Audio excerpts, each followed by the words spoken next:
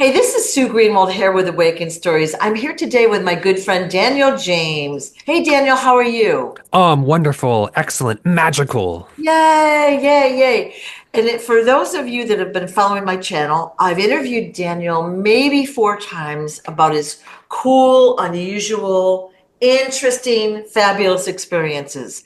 So if you haven't watched them, go back and watch them. They're so interesting. And again, they just show you that what we're talking about is really real, right? That's right, absolutely. And we are going to be the way showers. We'll tell you all the stories. Definitely, definitely. So I've had lunch with Daniel a couple times. He told me a few stories. I was like, we haven't heard those before. So we're doing this video to get them out. So I'm very interesting. excited. Yeah, thank you for having me again, Sue. And I'm for so those listening, for those watching, Sue and I are actually longtime friends. We're good friends. We like to chat about these fun, exciting things. And I'm also grateful, Sue, to have you as a friend because you're somebody I can trust to tell weird shit like this. And you're like, that's awesome. there's very few people you can actually have an honest, full-on conversation with anymore, about anything, conspiracy stuff, interesting, like experiences like this. When you tell the mainstream person these experiences, they just look at you like you're crazy. Now, some of them are coming around though. They're going to be like, "Oh, I had that happen to me," or "This happened to me. I didn't know it was really real." And what my purpose of doing this entire channel is to wake people up. This stuff is really real. That's right. It's That's really correct. happening. Yeah. And there's so much out there that we don't know about. We've been purposely taught that our beliefs, like say fairies, mermaids, magical, mystical creatures, that those are not real, that they're no Correct. longer around. So we can't prove that they are real, right? Yes, I actually give a full lecture about this concept. Basically, the way that mainstream media sells us this fictional narrative about magic, Right. about the mystical, about extraterrestrials, about cryptids and cryptozoology, anything that we perceive to be as fantasy, right? It's packaged to us specifically in a way it's designed to program us into thinking that that doesn't exist in my reality. I would never experience that where I live, or that's not my version of what I understand to be real, right?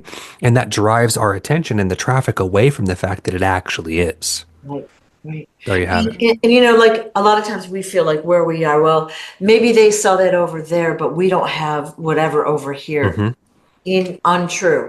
That's It's correct. everywhere. It's everywhere. So again, it's just opening your eyes. And sometimes, again, what I usually tell people to do is that if they have an unusual experience, is to write it down. Okay. Hmm. And put it in the back of your mind and look for other things that come to support what you've had happen. Okay. And then the understanding starts to come in. And then you'll say, well, that was real. Or now I get it or understand it more. That's right. And don't feel like you can't share these things with your friends and your family, or at the very least, I encourage you to look out in your community and find like-minded, like vibrational people that you can feel comfortable and safe sharing because I think that your experiences are real. I teach cryptozoology privately, and one thing that I tell people is if you think you saw it, you did. I see things all the time. So, over the years, a lot of them are in my mind, but I started writing them down after a while because there were so many, so interesting. I wanted to put them together. So that's why I started writing my blogs and then doing these videos because it's really real. All of these experiences are real. That's right.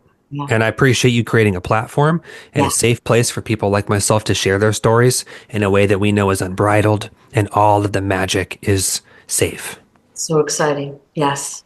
So I do still write the blogs. I just redid my website, by the way. Okay. So the blogs are going to be coming out, but hopefully the videos will increase as well so that people understand there's more to what we see in this material world. That's right. Yeah. So tell us some of your stories, and I Thank you, can't Sue. wait to hear what you've got in store for me. Yes. So I have prepared 3 stories that I'd like to share today. And I don't think one of them is brand new. It's not been shared, so you're getting the hot off the press. Okay. One of them's brand new. No, actually, pretty much all 3 of these are pretty new. So here's the thing: these stories I like to talk about privately, but I've not shared them on the internet yet. So you guys are getting like the first time I've shared these. I prepared 3 stories today. 3 awakened stories. Awakens, the name is perfect, isn't it? Awaken Mhm. Stories, right?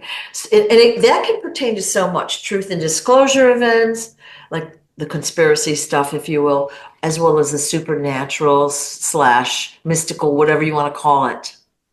So All beautiful. right. I love it, Sue. Thank you for making this platform. And I'm going to go ahead and just give you the weird stuff. Yay, let's hear Let's it. get weird. Okay. Three stories. I'm going to title this one The Flying House. Already I'm interested. All right. So the year was 2012, 2013, somewhere in that ballpark. Summer. I want to say that it was the summer going into the fall 2013. And I was visiting my ex-girlfriend Jane in New Jersey. So she lived near this big, beautiful park. I don't remember the name of it, but it was somewhere near Mahwah, Jersey.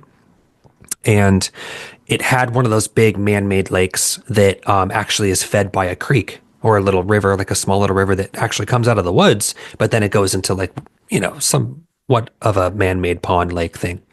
And so Jane and I, we were getting ready to go our separate ways. We were having a long distance relationship at the time. I was living in Niagara Falls. She was living in Jersey. And so this was our last day together. So we went to this beautiful park.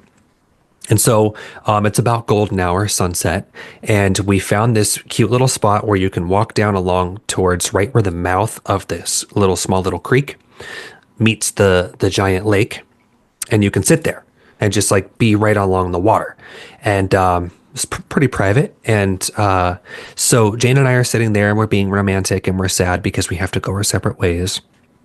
And we're sitting there with our backs facing the pond, and we're facing the entrance of this forest that has the creek that it feeds to the pond or to the lake.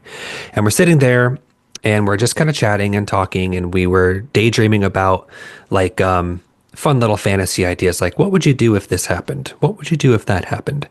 And just playing like creating with our minds. We were in like a very high vibrational frequency. So if you understand the way densities work, you understand the way vibration works. When you're in like the feeling of love, the feeling of joy, the feeling of excitement, it raises your frequency very much, where I believe you're actually able to, your physical vessel can actually perceive more of what's all around us at all times, because we're not anchored. Our focus isn't anchored so much in the third density. That's where you're getting fourth, fifth density frequencies, what I call density pockets. Not to mention, right? Look at the negative ions. We have a big, beautiful lake behind us, a forest in front of us, and we're sitting right at those negative ions of the creek. So all the frequencies are there, right? It's just a perfect environment. And so her and I are sitting there, and all of a sudden comes buzzing like a bee, like a bumblebee, if you know what that sounds like. This buzzing sound comes towards us from the forest right over the little river, the little creek. And we're looking and we hear and we see the shape coming at us. And at first, as you see this shape and you hear it, it almost sounded like a dragonfly. You know the sound of those dragonfly wings, or like almost like a hummingbird, bumblebee. We're hearing this buzz and it comes at us. And here's what we see. It Sue, just stay with me on this, okay? This about this big, maybe about I want to say like three inches by 3 inches, maybe 2 inches by 2 inches. Not huge, not the size of a bird, right? But bigger than any insect. And here it comes, like this to the camera, about this big, and we're looking at this thing that hovers and it lands right in front of us, just idling like a helicopter. And what we see is like, here's this little, I'm trying to give you a reference here. This little thing like this. It's about this big. Okay. Okay. Comes in like this. It's And hovering in front of you. yeah, it's hovering in front of us like this. Okay.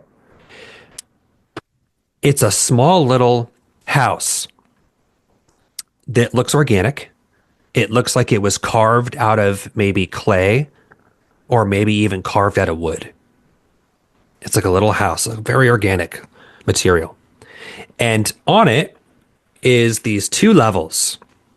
Say, imagine like right around here, there was a little porch with tiny windows and a door. And then down beneath it on the second level, there was another porch with just a big door. like a big round arch shaped door. And it was didn't even have like a door that opened or closed. It was just a hole. They were just holes. Like that's why the whole thing looked like it was burrowed out of something. And then the house and on the porch there was tiny little railing, like a little tiny little railing that you could like stand on the edge of a bridge or something and put your hand on. Yeah. And then it had wings. So the house, like I said, it was organic. It looked like it was carved out of nature elements, but it had actual wings on the top and the bottom of the house. So it was two sets of wings for four wings total. And the wings they were more like dragonfly wings or like bee wings. They weren't like bird wings or like angel wings. So they had that like translucent texture. Yeah, they look like a little bit of cellophane or whatever. Exactly. Yeah, yeah, yeah. So they looked like insect wings, more like dragonfly wings. They were large enough to propel this thing. And as it's hovering, we see these tiny little people come out of the house. Yes. Tiny little people on the top porch and the bottom porch. And one of them, they looked like humans, like humanoid, like, arms and heads and legs. They didn't have their own wings. They had these like little cloth clothes, like these little cloth looking like clothes, just looked exactly like human beings, but they were just little teeny tiny people. And they come out of the top porch and the bottom porch door and they put their little hand on the railing. So there was two people on the bottom porch and one person on the top porch. And so they come out and they're just looking at us as this giant bumblebee house is just floating like this. And it hovered long enough that Jane and I could look at it and we're like squinting and I'm just like, what the fuck? And her and I turn and look at each other and she's like, her mouth is, and I'm like this too. And so we turn back to look at it and then it turns and then it buzzes back into the forest. So it came out like a little flying house with insect wings. Wow. Looked at us for a second, turned around, then it went back. So then her and I looked at each other in shock, and it was one of those moments where it's like, did you see that? Did you see that? And she's like, no, no, did you see that? And then I'm like, okay, well, no, no, no. What did you see? And this is what Jane said. So that I knew that I wasn't crazy. She said, it looked like a little house with tiny doors and a porch and porches that had a tiny railing and insect wings, four sets of wings, and tiny little people came out on the porch. And I was like, okay, that's exactly what I saw. Wow. That's what Jane said to me, and that's what I saw. So it's burned in my image. Like I could draw it. I could draw it perfectly. Tiny little people in little tunics. One of them had a staff. One of them had a stick, that he was holding, and then he put his other hand on the railing. They were all holding the railing, right? Because they're on a helicopter house. And so that was in New Jersey in 2013, fall, maybe into the winter 2013, with my ex-girlfriend Jane, who was there to corroborate the story. And I call that story the tiny flying house. Wow, So that's think about that. so interesting. Now, what color skin did these little people have? Slightly darker than ours. All right. Maybe not All like the same. not like flesh tone like us, maybe darker skin, but they looked exactly like humans. And what kind of hair? Like, did they have different color hair, like blonde, black, whatever? Yeah, so whoever was on the top porch would have lighter hair like a blonde, Yeah. and the two people on the bottom had long hair down to the shoulders. One of them looked like a man. I couldn't tell the gender of the other one, but they had long hair.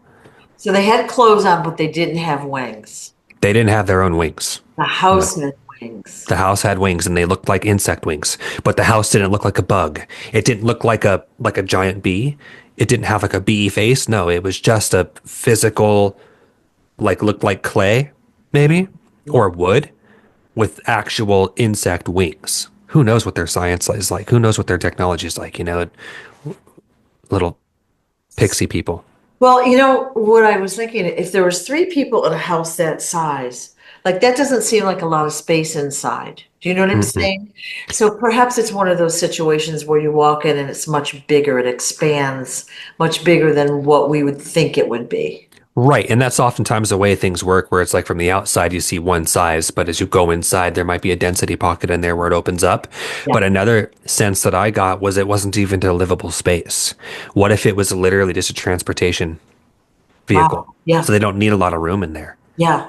I'm so curious to know more about that. I wish I knew like what race they were and what their intention was, what they were doing. And all that. But so interesting, isn't it?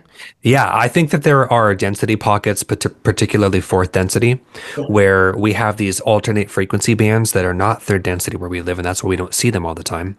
Where there's entire civilizations of species that we know nothing about that just live in their own pocket universe right Yeah. next to us. Yeah.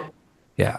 I And agree with you. I Yeah. think Jane and I were able to perceive those entities, those beings, because we were in such a high vibrational state at the time where it's like if you just got out of work, you just got off the phone with your boss and you're pissed off, your frequency is very low, maybe you've got a headache, you're never going to experience stuff like that. Right. But if you're on the edge of a pond, a lake, and a river, and a creek, and a forest, that creates a lighter vibrational frequency in the body by itself. Then you're in love and you're with a friend. That just cultivates the environment for these magical things to So happen. interesting. Yeah. And there's so many things out there that we don't know about. Just because we don't see them in our everyday life doesn't mean they're not there. Correct. Like you're out in the forest, right? And yeah, maybe a lot of people go to that park, maybe not, but Right. they might be traveling or living in that area. Hmm. So interesting. So Yeah. So I love telling that story to people in person. And I always love when things happen when I'm with somebody to corroborate and validate that. So I don't sound like I'm just making this up, but somebody else saw the same thing. right, right. So the tiny little house in New That's Jersey. so cool. So cool. Yeah. Okay. Would you like to hear about a flying pixie or would you like to hear about my latest Sasquatch encounter? Both. Both. Okay, since we're on the topic of pixies and tiny little woodland forest people, I was accosted and harassed and completely attacked by what we call a pixie this last winter. That's so funny. Yeah. Okay. Playful, I'm teasing. But okay, so Lauren and I were going on a trip where we had to fly out. This was months ago, sometime last winter, when we were still like buying like Lyft or Uber to have us picked up at our house and then taken to the airport. We since don't do that anymore. We drive our own vehicle and just leave it. But up until that point, we were still hiring somebody to drive us to the airport. So we had to fly out at like 4:30 in the morning. Some impossibly early, right? It's still dark. It's very cold. And I live on a like my apartment has this big giant metal staircase on the outside. This is how we get to and from our apartment door. So I'm on the second floor. And Lauren and I went outside around like 4:15 a.m. to get picked up by our Uber driver. And we went to the street and we were waiting. Well, he was late and Lauren had remembered that I needed to go get something from the house. And so her and I kind of walked up towards the metal staircase, and we have this big industrial light, like one of these just big, ugly, way too bright lights that sits above our door, but it illuminates the staircase so we can see Right, in the dark very well. right, right. So her and I were starting to walk up to the staircase, and I was like, I'll just go. I'll run up real quick and go into the house and get the thing as we're waiting for the Uber driver. So I go up the metal staircase. Mind you, I've got a creek right out back of my house, like a creek. And so there's some negative ions that go through there, and that helps raise the frequency a little bit, which is good. And so I'm running up to the staircase, turn around, going up to the second part where I'm facing the door now. And just as I'm facing the door going up the stairs, and obviously this big industrial light's illuminating the porch and the sidewalk and the where I live, there's like this giant winged creature, massive winged creature comes in flying in towards my porch like this, like, huge, easily the size of my hand. I thought it was a bird. That's how big it was. Comes in, going like this, coming by. And I look up at it and I go, whoa, what the heck? Because it's early and their birds aren't out. Their birds are sleeping. Right. So I literally, I stop. Like I jump back like this. And I've got this metal railing and I grabbed onto the railing. I was like, what the hell? Because it's just too early for a bird. And then it comes in and then it starts to like idle like this. Like it's flying like this. So I can see what it is. And Lauren had already started coming towards the porch with me. So she was down there looking up, watching. She wasn't out by the street. She's looking up like this. And I'm looking at this thing and it's like this, and it's just flying long enough that once again, like the little flying house, I was able to kind of squint and get a look at it. And it was what we understand as like a fairy or a pixie. But there's a misconception between the two. So fairies are not like Tinkerbell, a little person with the wings. Those are pixies. Fairies are oftentimes grotesque and sometimes huge and large, and they almost look more like monsters oftentimes than they do pixies. So there's a misconception in the dialogue there. Pixies are what we understand as like little winged people, and they're usually etheric, and they're kind of like they phase in and out of our reality. So I'm looking at this thing, and I see that it's like a feminine, like a female little woman with giant wings, and she's looking at me, and I can see her little arms and I can see her little legs, and she had a Wow. costume on, some sort of dress, and stereotypical, the way that you would imagine a little fairy pixie looking, that's what she looked like.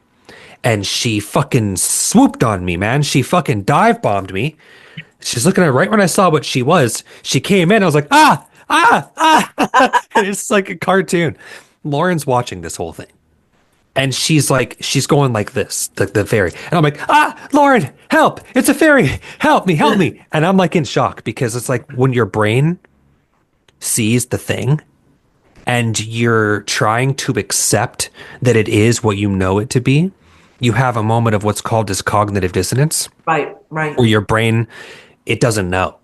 It just doesn't know what it doesn't know. And so, because I was literally going up the porch to get something out of my house, had my keys in my hand, I wasn't in that state of being. I wasn't in the mindset to be expecting something magical, some fantastic thing that you only see in movies happening, right? So, yes, I went into shock a little bit. Sue me. And I'm fucking freaking out. I'm Mm. like, Lauren, help, help. Like, I just didn't know what to do.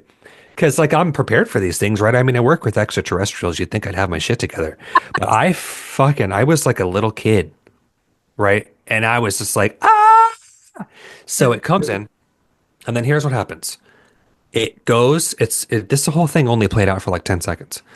It goes like this after I see it, little woman. She goes over, and then this is how they cloak, right? The pixies, the fae, they oftentimes, if they're going to come into the third density realm, they'll shapeshift into something that they can hide under the disguise of.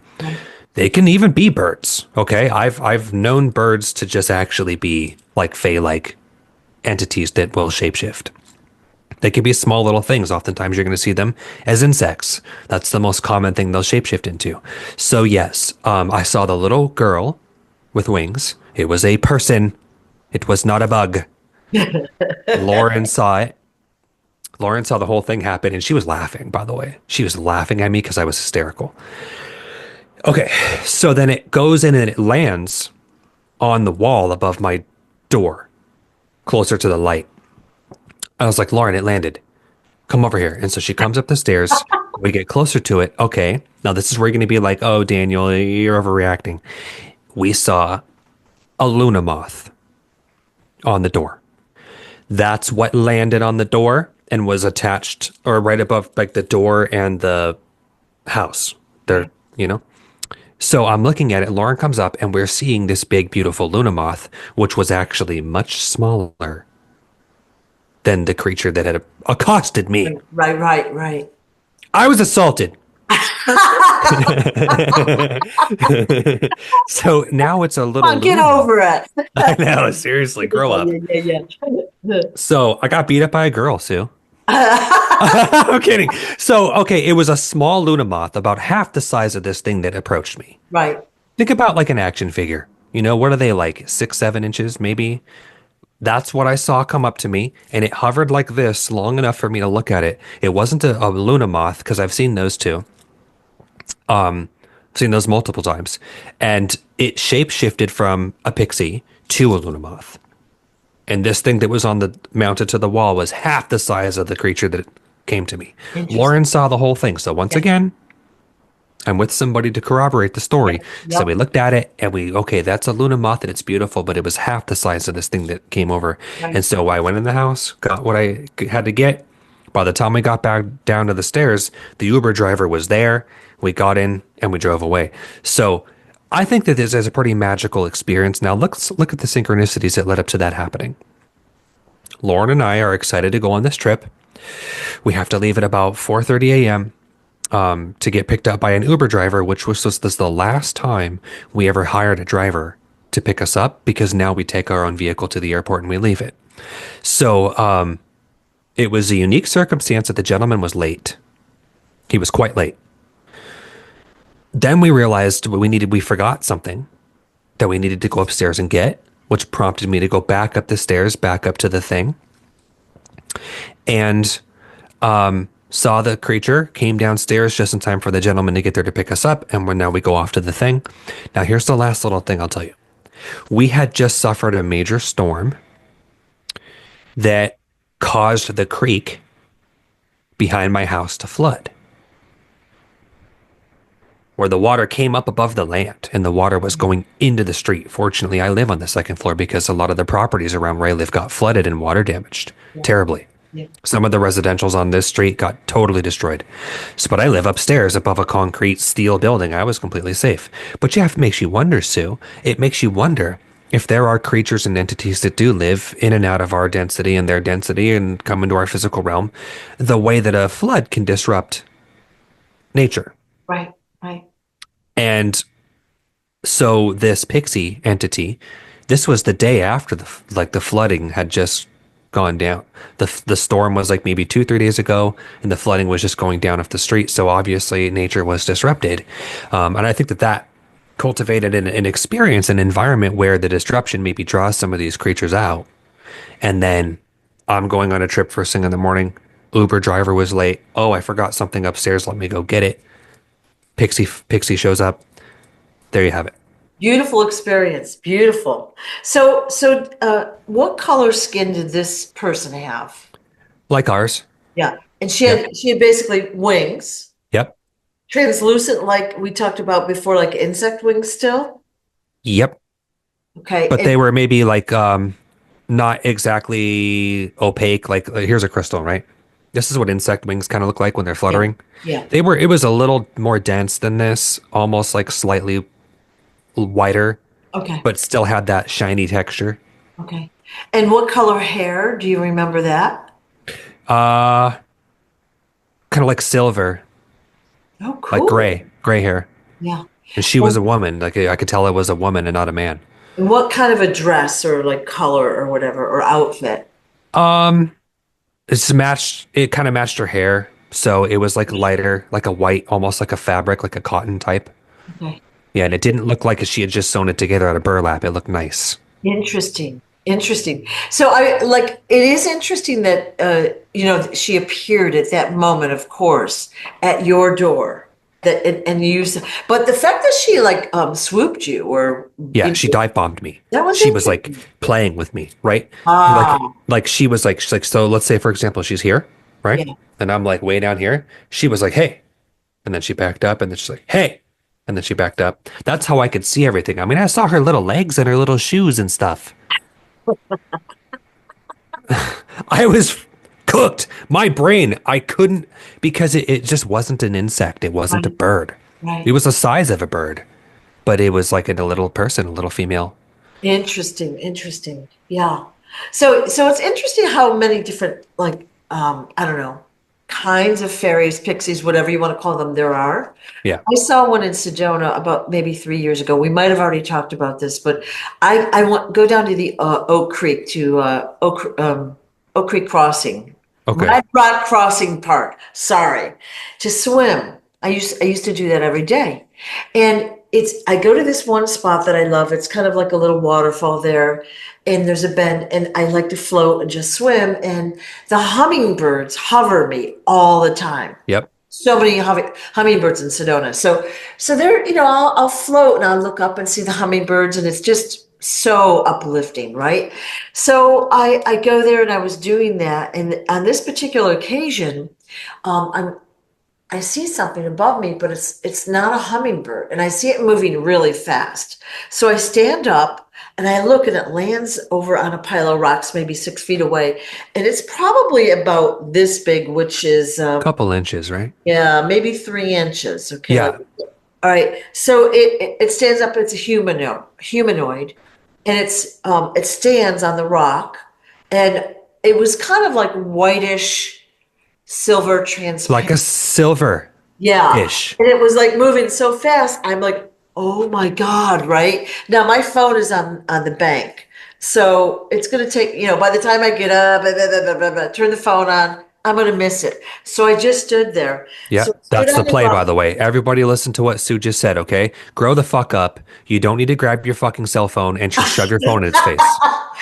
And I'm just going to disclose, I am like the worst with my phone because even if I had it on a record, I would have pressed the wrong button or something. Yeah. So, okay. I try to experience it. So I see it standing on the rock pile and then it hopped to another like rock pile or flew and it stood there for a while.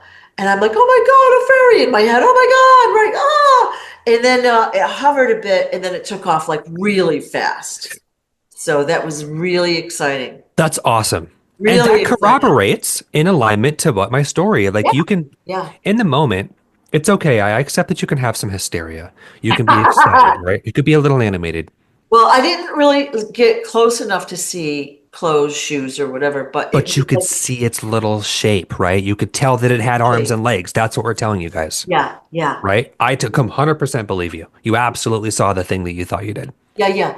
And when I used to live in Pennsylvania years ago, and Hmm. one morning I get up early to go to the gym when I lived there, so it was like probably 4:30, 5 o'clock. I'm leaving my driveway and I saw fairies in my like I'm gonna call it like a flower bed, which wasn't like Pixies.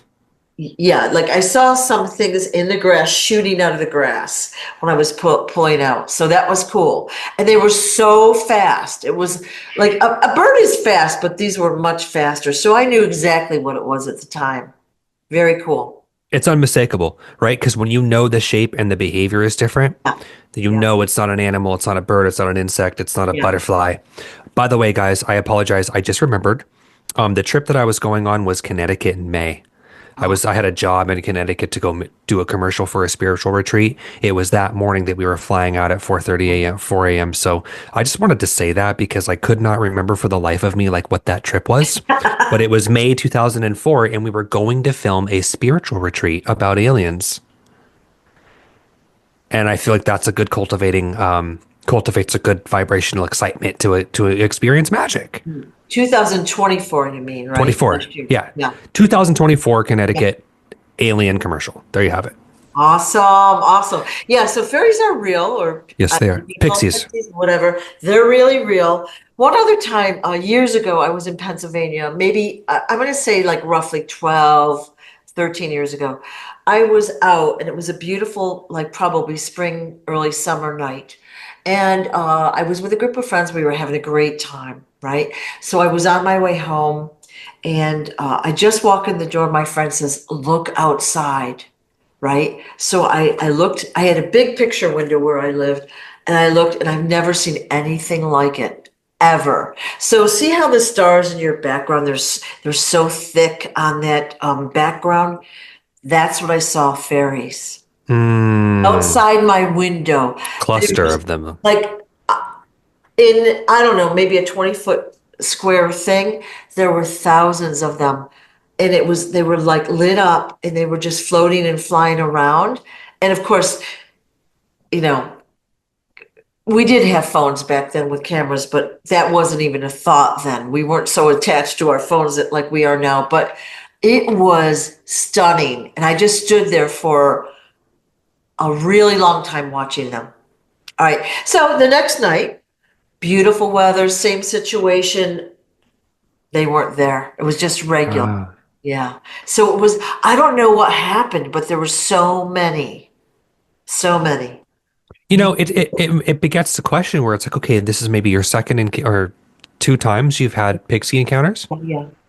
Makes you wonder if you have some sort of affiliation or connection or incarnation in that species. Right. That might be why you see them quite often. Right.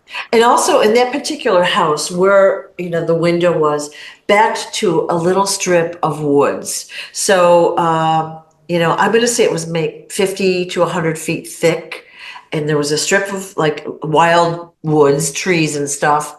And then developments were beyond that. So there were creatures that lived in those woods. So it was wild, but how cool was that? I wish I Amazing. could have. I wish I could have a video of that because, like I said, as thick as the stars on your background. Just a whole Yeah, cluster of them. That's awesome, Sue. beautiful. Yeah, you might have something to investigate there in Yeah. regards to that species. Well, it's really a matter of observing. So when you see something that, like a lot of times, we'll catch something out of our peripheral vision. Like we'll see There's a something. reason for that. There's a Yeah, reason why you actually have a different band of frequency visibility to the corner of your eye than the front. yeah. Yep, Yeah, we'll see something and we look at it directly. Well, you're not going to see it probably. So if you can like, cool your jets a little bit and just kind of keep looking, correct. Squint a little sometimes you bit. can see a little more, right? I agree. Yeah, I think that the peripheral of our eyes, not seeing directly from the pupil, Yeah, like that direction, yeah, there is a veil of frequency band that we can actually perceive from the corners, yeah, which is why it's harder for us to see something straight on, but you catch it and you look. Like the shadow people, you catch them and you look. yeah, What if the only reason why you're not seeing them when you turn to look isn't because they're gone, but it's because you actually can see a higher frequency band of energy from the sides of your eyes, yeah, right? yeah. Again, what I'd recommend is when you have some interesting experience like that, write it down, maybe put the date on there so you know what you're talking about. Because I've had so many experiences in my life that I have not documented. And then you kind of forget about them too. But a lot of times you don't know what they are at the time. So put it on the back burner and then the other clues will come along. It's fascinating. So interesting. I So love interesting. that. Yeah. Thank you for sharing. So we're Yeah. both experiencers of the Pixie people. Certainly. I Yep. All right. Now you have another story for us. have one final story for this special episode in regards to all kinds of fun like cryptozoology encounters. So this will be the Sasquatch encounter in West Virginia. This was the summer, this last summer, 4th of July, the 3rd of July, very specifically, where we were hired to film a walkthrough tour of an Airbnb in West Virginia that now belongs to a friend of ours. So this is about 3.5 hours from where I live in Pittsburgh. And this was a cute hidden place in a radio free zone in West Virginia that was an open Airbnb, but it's now actually closed to the public. And you can't rent it anymore. So, this was maybe my third or fourth time staying at this particular cabin, and it's a cute little place deep into the mountains of West Virginia. There is a creek that runs parallel to it, but there isn't really any residential properties next to this immediate Airbnb other than the property owner. They're an older couple in their 70s. They do live on the land, but they live down the road, up the hill. You need like a ATV to get to their house, right? So it isn't really something you can walk to very easily there. So that's more or less the only neighbors that are there, other than one other family that only stays there a couple months out of the year, and they're once again down the road off to themselves. Other than that, we're tucked away into the corner right up against the mountainside where there's just no people. So it's very private. So I have been an experiencer of the Sasquatch species since 2009. I've started having open contact with them. And I don't mean that like you might hear a call out in the woods or something spooky walking around and you think that it could be more than an animal. No, I'm somebody who has face to face interactions with them now. So ever since I was a kid, I used to make this weird popping sound. It's like a clap that I make. And I'd found out by speaking to some Alaskan natives who have open contact with the Sasquatch that same popping sound that you can make with your hands, it's actually a call out they do. Well, I've been doing that ever since I was a kid, not really knowing that it had any connection or affiliation to the Sasquatch people. But what I realized was that doing this particular clapping protocol, I actually think that it calls them in, Ah, right? I think that it serves as like a vibrational quantum energetic signal. And I don't usually tell people that because I don't want everybody going out there and doing it. But it is a thing that I do. So I've been doing this for years now. And when Lauren and I went to this Airbnb, which was still public at the time to make them a walkthrough tour, we were there for 3 nights, or 2 nights rather. And so 2 nights, 3 days. So the first night we went there, I said, I want to see if I can bring the Sasquatch into this cabin because the first 2 times that I've stayed there, they've come up to the property. We've even had them come up on the porch and open the door. I've had them come up. So I knew that they weren't afraid of coming here. And how do you know that that's who it was? When you start to spend a lot of time with them, Yeah. there is an energy in the air. There's a signature that they put off. It's not human. You can tell that you're in the presence of something that is much higher in frequency than you. You can feel them coming a mile away. So the first 2 times that we've been there with my friend Caroline, they had come to the property and made their presence known. Those are another stories. Today I'm going to share this very specific one that I just had. I also have a friend who is a property manager of a summer camp in Philadelphia. Well, he was coming into West Virginia one time to scout out properties and scout out West Virginia because he wants to move there. So I had suggested this cabin to him to stay at because it would be close to the area he wants to live. Right. So I hooked him up months before that in the spring. He had actually stayed there with his son, and they had a full-on Sasquatch come up to the house who was behaving aggressively to them. Oh, Yeah, there was a very hostile, frightening experience they have. I'm not going to share it. It's their private experience, but I can tell you that there is a family of Sasquatch that visit this cabin. I've had 2 encounters with them up until this point. My friend that I suggested to stay there had to literally had a showdown with it to get it to leave. Flash forward, July 3rd, 2024. Lauren and I are there to film a video for the Airbnb. And the first night, there's 2 beds in the property. There's a bed that's actually on the first floor by the back door, and there's a bed that's up in the loft on the second floor. I don't stay in the loft bed. I always stay on the first floor. This bed is right by the door. That's how I know that the previous time they'd come up on the porch to open the door. So Lauren and I are going to bed now, and she's fast asleep. So I open all the windows, okay, so that I could hear if anything was going to come. Now, another thing I like to do to invite the Sasquatch to come have open contact is I turn the porch lights off. That's one thing that I like to specifically do to invite them in, to make them feel comfortable and safe. I think that turning the lights off and making sure that they know I'm not going to set up any cameras or anything like that because it's disrespectful, to invite them in, I know that's a good place to start. Then what I'll do is I go out onto the porch in the dark and I do my clapping protocol. My clapping protocol, I think, is a quantum energetic signal for them to actually ping where I'm at and come in. I don't think that you need to be at the right place at the right time to have an experience. I think that you have to be the right frequency.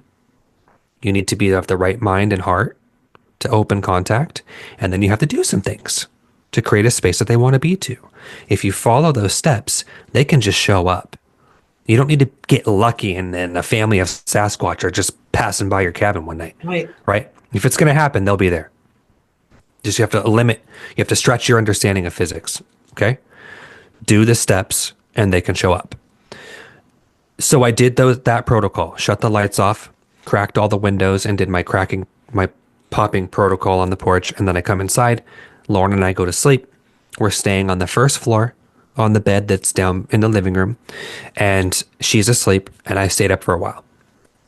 Sure enough, I start to hear some steps outside, some branches and some leaves cracking around. And I'm like, okay, well, could be a bear, could be a mountain lion. We have a lot of deer here. I'm just going to sit here and wait. Lauren wasn't feeling well. She's fast asleep. Then I hear the stairs to the porch. It's a wooden porch. Comes right up. I hear steps come up right behind the wall where my bed is up against the wall. And I can hear steps on the porch, quiet, but I hear steps. Now, right next to my head, which is up against the wall, Okay. I just hear this. Ready? Go. Here. Like one knock right by my head on the wall. I was like, okay, they're here. So then I took my hand and I knocked back. One knock. Okay. One knock is, I am here. Okay. Two knocks is, do you want to communicate? Do we have business together? Is there something you need to say? I have something I need to say. That's two knocks. Three knocks is aggression. You don't want to hear three knocks. Three knocks is a bad sign. That means that, like, we're not friends. What do you want to do right now? Okay. So it's just one knock. I am here. So I was like, cool, cool. So I knocked back. I was like, we're all good. We're all friends. One knock back. Then I lay there awake. So on the porch, and I think that if I edit this, I'm going to cut in a picture of the porch. Okay. On the porch, there are a bunch of chairs that you can sit on that overlook the forest and the creek in front of you. And there is a candle on the porch table with two sets of little matchbooks. Okay. Two sets of little matchbooks that are next to the candle so that you can light the candle. So I hear all of a sudden, mind you, the windows of the porch are open. I opened them on purpose so I can hear what's happening out there. And I'm sleeping alongside the whole wall that faces the porch. So it's all, there's like, we're talking like 3 feet of distance here. Yep. One of my friends picks up the matchbook and he starts flicking it, like flicking it. And you can hear now, imagine what that sounds like. You know what a matchbook feels like. You know what it sounds like if you shake it. Imagine if somebody's flicking it, like paper, like flicking it. While he's flicking the matchbook, I hear steps in the leaves and the sticks outside down beneath the porch because it's kind of elevated, right? It almost feels like you're on the second floor where the direction the windows are facing, we're elevated. So I can hear steps around the property and I hearing my friend flicking the matchbook. So then I hear he throws the matchbook off the porch and I hear it land in the leaves because although it was like the leaves were dead, so everything was crunchy. Throws it off the porch, lands in the leaves, and I'm hearing all this because my windows are open. Then I hear another one pick the book up and play with it and flick it, get a sense of what is this. Then the other one throws the matchbook back onto the porch and it lands on the porch. I can hear it land on the wood porch. My friend picks it up,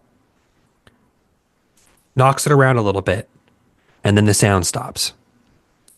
Then I hear some more steps around the property, around the porch, and then the sounds stop and I don't hear anything else and I fall asleep. I was very tired. It was already like 2 a.m. by this time. By the way, they always come out after 1 a.m. So 1:30, 2 o'clock, that's a hot time for them.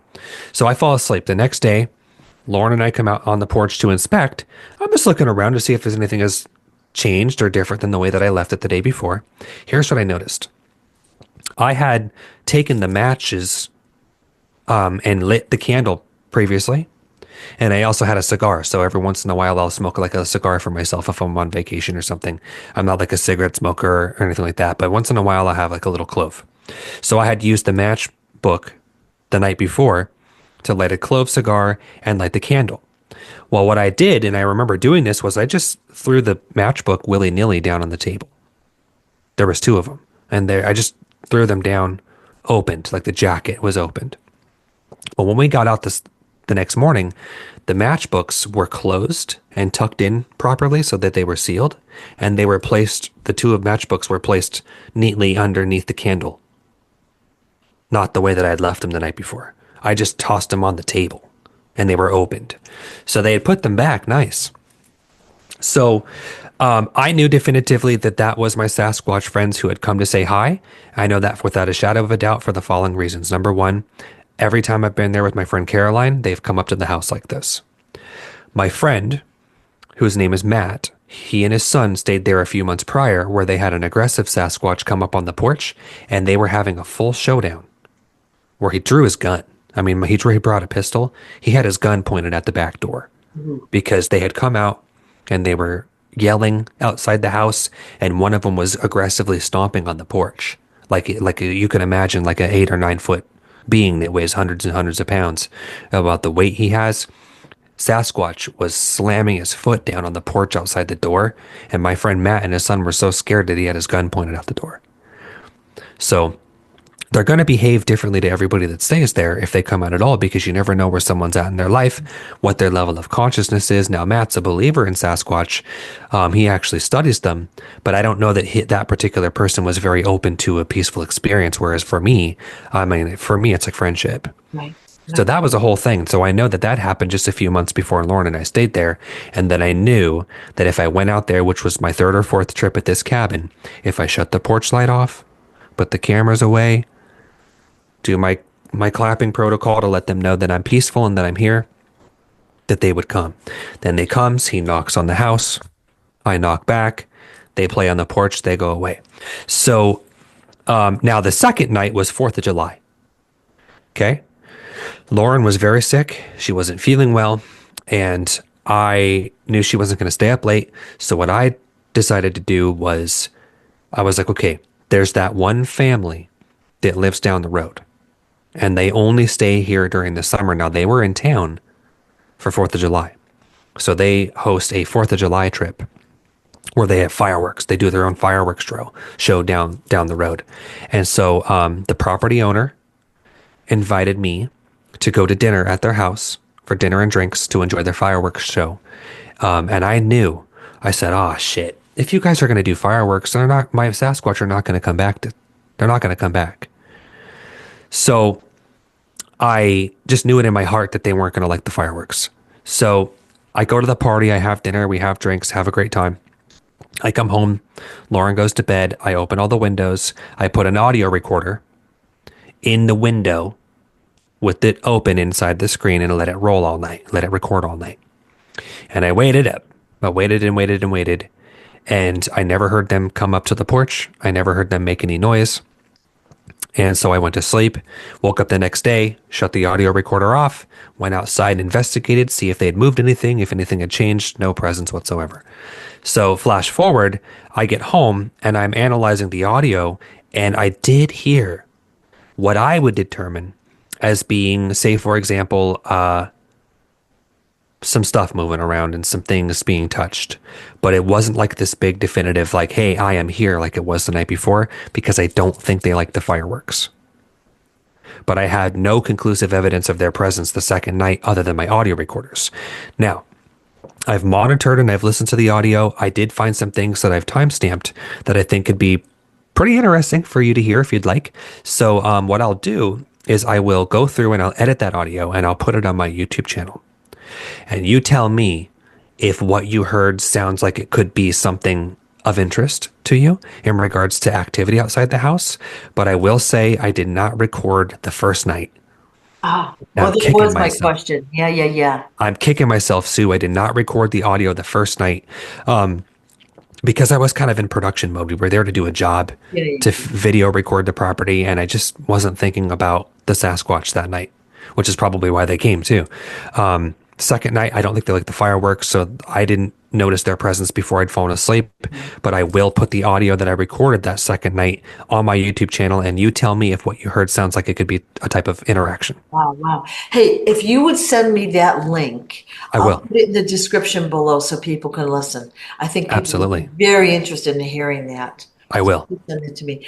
Now, I know that you and I have talked before about your interactions. So if anyone wants to know his previous interactions, we've done 3 or 4 videos before, and it's fascinating what you've had so many experiences, fascinating stuff. Yeah. So I work in cryptozoology and I teach it.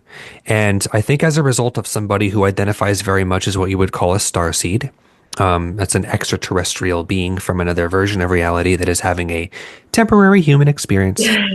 I think that that invites a lot of contact and experiences to the unknown, to the metaphysical, to the esoteric, shadowy elements of reality that we don't know a lot about. I think that starseeds are not necessarily an attraction point, but we're we're more aware to perceive that of what's all around us. Yeah. Somebody else could have the exact same experience and not see what you're seeing. They're not Correct. open to it, or they don't even remember seeing it. It's shocking to me. Like I've seen UFOs so many times, and I'll see it with a group of people, and they don't even, like we won't even talk about it or mention it. Right. And then I'll say, "Do you guys remember seeing that?" And they're like, kind of. It's like they're not fully remembering the experience. It's quite interesting. Yeah. And that's because it's like a like vibration attracts like vibration. Yeah, The yeah, vibrational frequency of your consciousness and your physical vessel could be much greater than the people that you're with.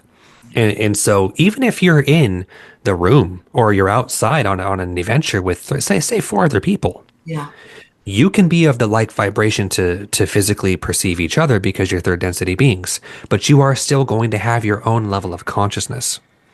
And that will allow you to see and perceive things that are all around us more so than maybe the people in your group who just aren't where you are at their right. point in their journey. So if Agree. you see the UFO Yeah, and you're like, oh, do you see that? They're like, what do you mean? No, I don't. That's yeah, just because they're at a different level of frequency. And so yeah. that's how that works. Agreed. Agreed. So yeah, so he's had probably at least three other experiences that he's described in previous videos. So if you're interested, go back and listen to those. They're Thank fast you. stories. Yeah, thank you, my friend Sue. I And mean, this is so awesome. Thank you for giving me the opportunity to share these things that I'm excited about and that mean very much to me. I welcome your stories. Like these are so interesting to me. I would talk about this all day long.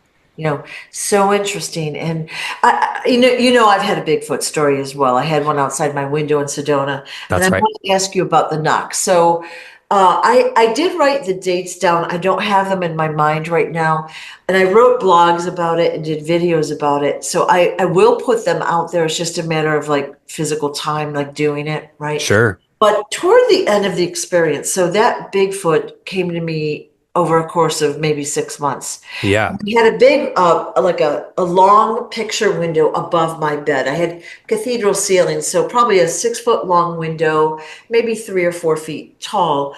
And actually, sometimes I'd stand on my bed to look out. But it was nice because sometimes I'd leave it open, like it was a full moon or whatever. I'd leave it open. It was just beautiful looking out. So, the last two or three experiences I had with this Bigfoot, it knocked on the window, and it was this pattern. Was that three? Three, one, and one. Yeah. Okay. So then it was like, so that was 2 nights in a row. All right. And I have the date written down somewhere. But so 2 nights in a row, I had that knocking pattern. And then I don't remember the amount of time. A few weeks went by, and then it felt like fingertips Okay. brushing the glass. Oh, So yeah. the fingertips kind of like brushed or dragged down the glass, if you know what Yeah. I'm talking about. And I knew that, I'm a light sleeper, and my head was, like you said, right there against the wall, You just right? unmistakably. Yeah. So I knew somebody was there immediately, and I heard that brushing sound. I knew exactly what it was.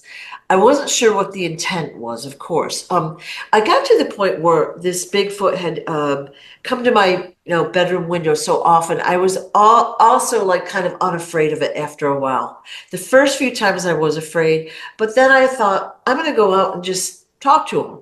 You know, I never did, but I I was just wanted about to. to say I appreciate the bravery, but Yeah, yeah. I did chicken out in the end. It was like the middle of the night and it's dark, really dark there, but it was quite an interesting experience. So, like I said, initially, the first night that happened, I was like, did I really hear it? Am I crazy? Blah. You know how you do that? You second guess yourself. yeah. I wrote it down and then it happened again, and this happened and that happened, and I knew. So I would lay in bed kind of waiting actually. So it was cool. I appreciate your bravery. Yeah. So Yeah. so Daniel's had multiple experiences. We've talked about this before. We've talked about the shapeshifter you saw, the UFO experiences, and there's so much more you've got probably up your sleeve story-wise, but I appreciate your telling us these stories right now. Thank you for having me, my So friend, and thank you for letting me share them. yeah, yeah. And when you get the audio recording out there, just let me know, okay? It's I just will. fascinating info. I will absolutely share that with you. And Excellent content. Excellent. Well, I thank you so much for your time, Daniel. I'm mhm. going to put Daniel's contact information and previous video links in our description below so everyone can follow up with him and follow what he's been doing, which is also fascinating stuff. So Thank you, my friend. awesome. Thank you very much. Thank you so much for being here, Daniel. Bye bye. Bye.